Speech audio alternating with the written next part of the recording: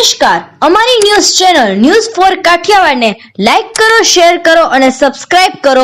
News for Kathiawad. નમસ્કાર.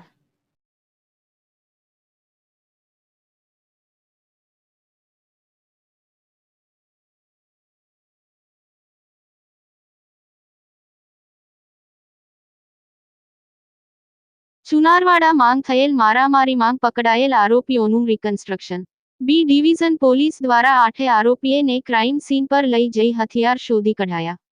ગત 30 એપ્રિલના રોજ રાત્રે 8:30 વાગે ચુનારાવાસમાં સરજાહેર થઈ હતી મારામારી.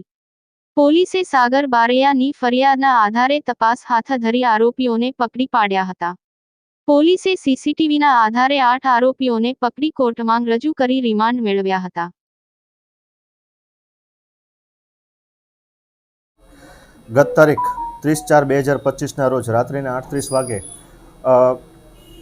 બી ડિવિઝન પોલીસ સ્ટેશનની અંદર સાગરભાઈ મહેશભાઈ બારૈયા નાઓએ ફરિયાદ આપી હતી, જેમાં BNS કલમ 109 જૂની કલમ IPC 307 મુજબનો બનાવ ચુનારાવાસમાં બનાવ બનેલો હતો. જેમાં અમે બનાવવાળી જગ્યાએ પર તાત્કાલિક પહોંચી અમે 8 આરોપીને તાત્કાલિક હસ્તગત કરેલ હતા, જેમાં ધર્મેશ ઉર્ફે ટીકુડી, રોહિત સોલંકી, ભનુ સોલંકી, અજય સોલંકી, ઉત્તમ સોલંકી, રિતિક સોલંકી અને કાનાભાઈ ભનુભાઈ સોલંકી તથા કિશન સોલંકીને આરોપી પકડ્યા હતા.